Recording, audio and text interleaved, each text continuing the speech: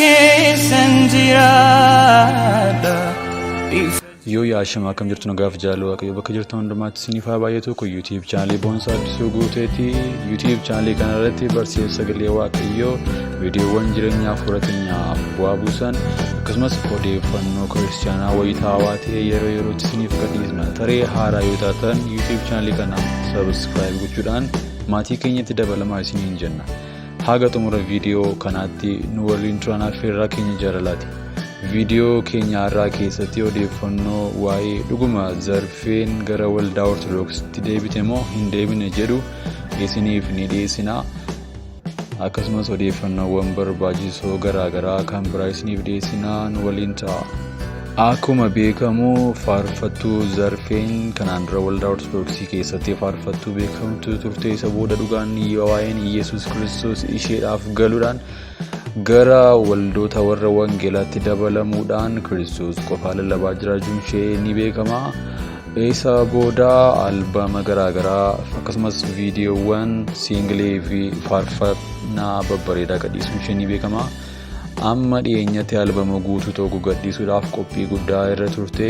Haaluma kanaan dhiyoo kana faarfannaa albaama guutuu qabu eebbisiisuudhaaf waldaa guutuu wangeelaa qaxanaa walitti jedhamutti qophii ishee gaggeeffachuudhaaf haaldureewwan garaagaraa gootetti. Kana keessaas qarshii hedduu itti baasuudhaan waldaa qaxanaa walitti guutuu wangeelaa kireeffachuudhaan haga qarshii miiliyoona walakkaa ta'utti baasii garaagaraa baasuudhaan qophii hedduu cimaa fi kan namoonni hedduun hawwiidhaan eeggatan qopheessaa turuun ishee ni yaadatama.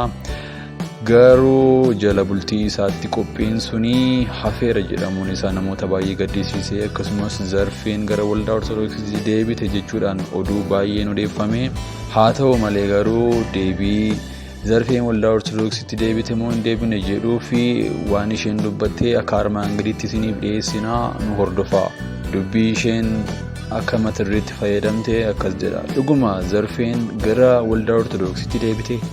Zarfeen isheen durii isheen maqaa amantii yookaan amantaa keessatti of beektuu jireenya ishee keessatti gooftaa du'eef kan hin beekne jireenya dhuunfaa isheetiinis isa waliin hariiroo kan hin qabne obboleettii akkasii turte.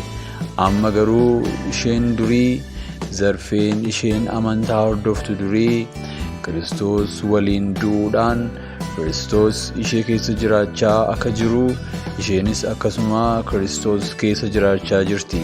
Amma ani ol ka'umsa guddaa ani jiru irraatii gadi bu'ee waa'ee amantaa haasa'uudhaaf eenyummaa hin qabu. Kanan itti waamamee jireenya mul'ate dubbachuudhaaf jireenya mul'ate agarsiisuudhaaf dhaabbadhee dubbicha dubbisuudhaaf malee jireenya akkasumaanii jiraachuudhaaf hin waamamne. Ani amma kanan isin beeksisuu barbaadu kan na waamee fi kan na filatee Iyesuus Kiristoos qofaadha. Hammam qulqulloota wajjin tokkummaa yoon qabaadhillee fooniin na agartan yoo ta'e illee kanan jiru hafuuraan Kiristoos Iyesuus isa na fayyise keessan jiraadha. Kanaaf waa'ee isaa odeessaa jireenyichas lallabaa jireenyichas agarsiisaa jiraachuun barbaada. Kan na waame waaqayyo isa guddaa fi isa jabaa isa gara jireenyaatti namoota waamedha. Jireenya kootiin kanan hirmaadhe jireenyicha mul'isuun barbaada jetteetti zarfeen. Kanaaf oduun waa'een zarfeen gara waldaa Ortodoksiitti deebiteetti jedhamee odeeffamaa jiru oduu akkasumaanidha jechuudha. Kan kana odeesse baay'inaan namoota yuutuubaroota viidiyoo garaagaraa hojjetan maqaa yuutuubii gurguddaa fayyadaman isaanidha jechuudha. Kanaaf oduun kun oduu sabaati jechuun barbaada. Namoonni karaa koomentiitiin na gaafatanii zarfeen gara waldaa Ortodoksiitiin deebinee Kiristoos isa qabattee isa jireenya ta'e isatu ifii jira jechuudha. Odeeffannoo keenya kan biraatiin qondaalli ABO Konoleel Gammachuu Ayyaanaa hidhaa irraa akka hiikamu manni murtii jibbaata federaalaa murteesseera jedha. Caamsaa 24 bara 2022 mana murtii jibbaata federaalaa dhaddacha sadaffaatti kan dhiyaate waggaa ta'u manni murtii jibbaata federaalaa dhimma isaa ilaalee hidhaa irraa akka gadi dhiisamu murteessee jira. caamsaa 19 bara 2022 Koloneel Gammachuu Ayyaanaa wayita mana murtiitti dhiyaatee turetti Poolisii Oromiyaa caamsaa 23 2022tti qaamaan dhiyaatee dhimma Koloneel Gammachuu wal qabatee waan dhiyaate irratti deebii isaa akka laatu manni murtii jibbaataa Federaalaa Dhaddachaa Sadaffaa ajajee ture. haa ta'u malee garuu Poolisiin Oromiyaa Dhaddachaa irratti waan hin argaminiif har'a caamsaa 24 2022tti murtii kennuudhaaf beellamee ture. haaluma kanaan manni murtii Federaalaa Koloneel Gammachuu Ayyaanaa irraa hidhaa irraa akka ba'u har'a murtoo kennee jira. Poolisiin Federaalaa Koloneel Gammachuu Ayyaanaa akka irratti Poolisii Oromiyaan itti kennamuu fi galmee himata akka hin qabne hubachiisuun ni yaadatama. Manni murtii Federaalaa himata shororkeessummaa Koloneel Gammachuu Ayyaanaa irratti himatamee irra ture bilisa gochuudhaanidha akka ba'u murteessuunis yaadannoo yeroo dhiyooti.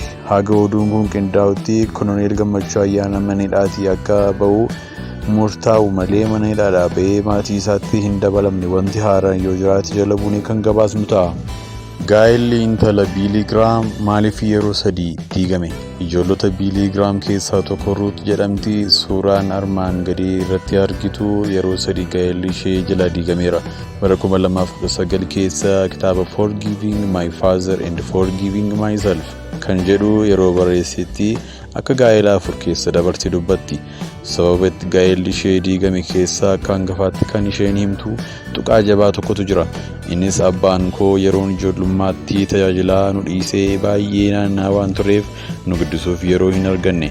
Biilii Giraam hojii wangeelaa guddaa hojjetus ani garuu akka intala isaatti qofummaan baay'ee natti dhaga'amaa ture jetti. Kanaaf gaa'ela yeroon qabadhutti gammachuu nagaa fi tasgabbii abbaa manaa irraan argadha jedheen abdadheen ture. Isaan garuu qaawwaa kanaa anaaf hin guunne. Booda Yesuus qofti akka qaawwaa laphee namaa keessa jiru guutuun baree jetti. Kanaaf gaa'elli koo hedduu diigamaa fi na miidhaa ture jette. Kanarraa waan jajjabaa lamaa ilaalla. Tokkoffaan tajaajilaan hagam milkaa'aa ta'ullee maatiif yeroo kennuun dirqama ta'uu barra. Biilii Giraam namni baay'ee milkaa'an illee gama kanaan hir'uu qabaa jechuudha. Lammaffaan wanti nuti gaariidha jennee kamillee daangaa isaa irra dabarraan waaqa tolfamaa ta'uu danda'a. Ruut Giraamiif abbaa manaatu yookaan gaa'elatu waaqa tolfamaa ta'e. Kan keenyaaf ammoo qabeenyi, milkaa'inni, barcumni, tajaajilli, bareedinni, polotikaan waaqa nuuf ta'uu mala. Kanaaf waaqa isa jiraataa nagaa namaaf kennu duwwaa malee waan biraaf ulfina hin malle laachuu irraa of eeguutu nuuf ta'a. Kana kan barreesse Asaffaa Malkaa Waaqni jiraatee Waaqayyoo isaa eebbisu.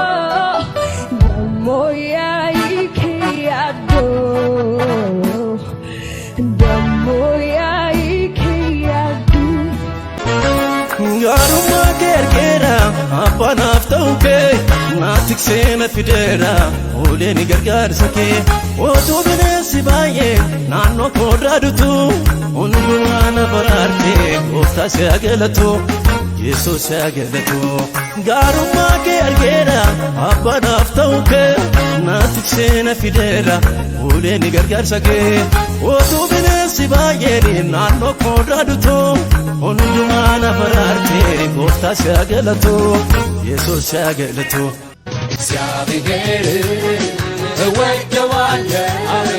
እወደዋለሁ የልመናዬን ሰምቶልኛል እሰዋለታለሁ ክብር ምስጋና እግዚአብሔር እወደዋለሁ የልመናዬን ሰምቶልኛል እሰዋለታለሁ ክብር ምስጋና ጌታ ኢየሱሴ ኢየሱሴ እወደዋለሁ የልመናዬን ሰምቶልኛልና እሰዋለታለሁ ክብር ምስጋና ኦ ጌታ ኢየሱስ በጣም ወድሃለሁ ጌታ ኢየሱሴ እወደዋለሁ